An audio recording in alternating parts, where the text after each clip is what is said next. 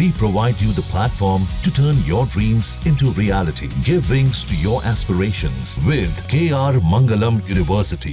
तो वहीं उमर अब्दुल्ला ने आपदा पीड़ितों से मुलाकात कर हर संभव मदद का आश्वासन दिया। बस शायद बाहर के लिए आए तो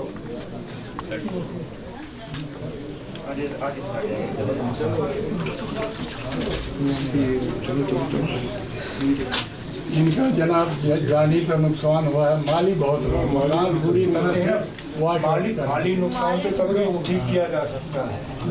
जानी नुकसान का कोई सबसे ज्यादा अफसोस उस बात का है। मकानें फिर बनेंगी, दुकानें फिर बनेंगी, पुल फिर बनेगा, जो इस दुनिया में नहीं रहा। तो किश्तवाड़ में बादल फटने से भयंकर तबाही हुई। आफत के बाद हर तरफ बेबसी है। आपदा वाली जगह बेहद खौफनाक मंजर है। दर्द में डूबे लोग बेबस और लाचार हैं।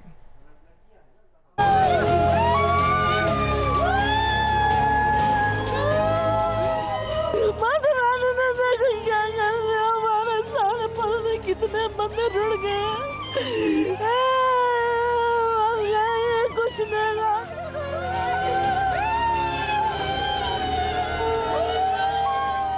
यात्रु कितने बह गए, भगवान आपकी कैसी लीला है कोई पता नहीं है। मैं क्या बताऊँ आपको, मेरी बेटी किसी ने मेरी बेटी को कहाँ से बंदिगा कर दे।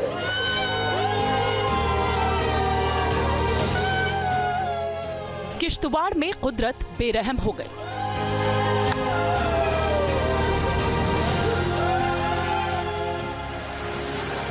बादलों ने बगावत की और पूरा पहाड़ सैलाब की दहाड़ से करहा उठा। तब कुदरत के कहर का शोर था और अब लोगों के कलेजा चीर देने वाली पुकार। कैसी लीला है कोई पता नहीं।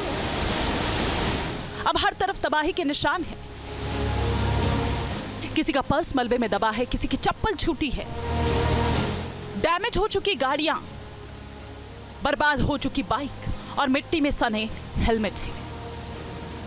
ये तमाम चीजें चीख चीख कर गवाही दे रही हैं कि बादल फटने के बाद यहां सैलाब ने जमकर तांडव मचाया। अपनों को खो चुके लोग बेसुध हैं। बादल फटने के बाद आए सैलाब ने कहर ढाया। लोगों ने अपना सब कुछ खो दिया। पल भर में सब कुछ तबाह हो गया। जो लोग बच गए उनके सामने कभी ना भूलने वाली त्रासदी रह गई।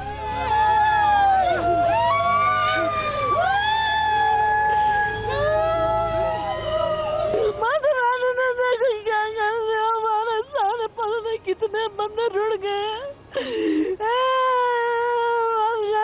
कुछ नहीं रहा। मेरे पिताजी मंदिर पे थे, यात्रु को टिक्का लगा रहा था। मेरे को कहते तू भी टिक्का लगा। मैंने कहा नहीं, मैंने सुबह सुबह टिक्का लगाया।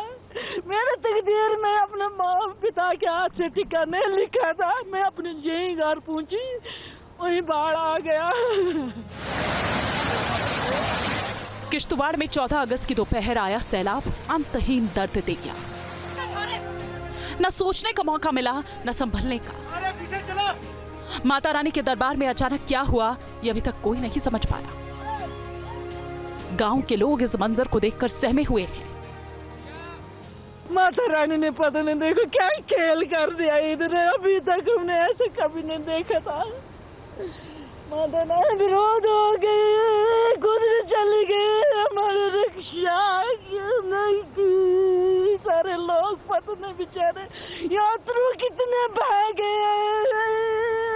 भगवान आपकी कैसी लीला है कोई पता नहीं है। भगवान के बगैर पता भी नहीं हिलता है, मगर भगवान के कारण है ऐसे ऐसे दुर्विधा।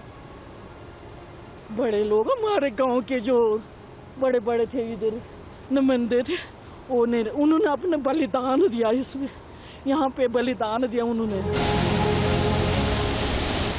सैलाब में गांव का एक बड़ा हिस्सा बह गया। कई घर तबाह हो गए, जो बचे हैं वो रहने लायक नहीं। सैलाब अपने साथ सब कुछ बहा कर ले गया और अब गांव में बेबसी है, लाचारी है, मायूसी है। कोई हम बदनसीब रोने के लिए बच गए, नहीं तो रोने वाले भी कोई नहीं रहना था।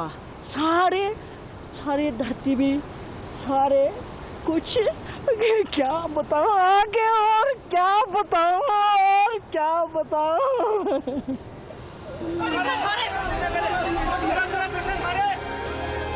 आपदा से ठीक पहले मचैल माता मंदिर में चहल पहल थी, भक्तों का हुजूम था।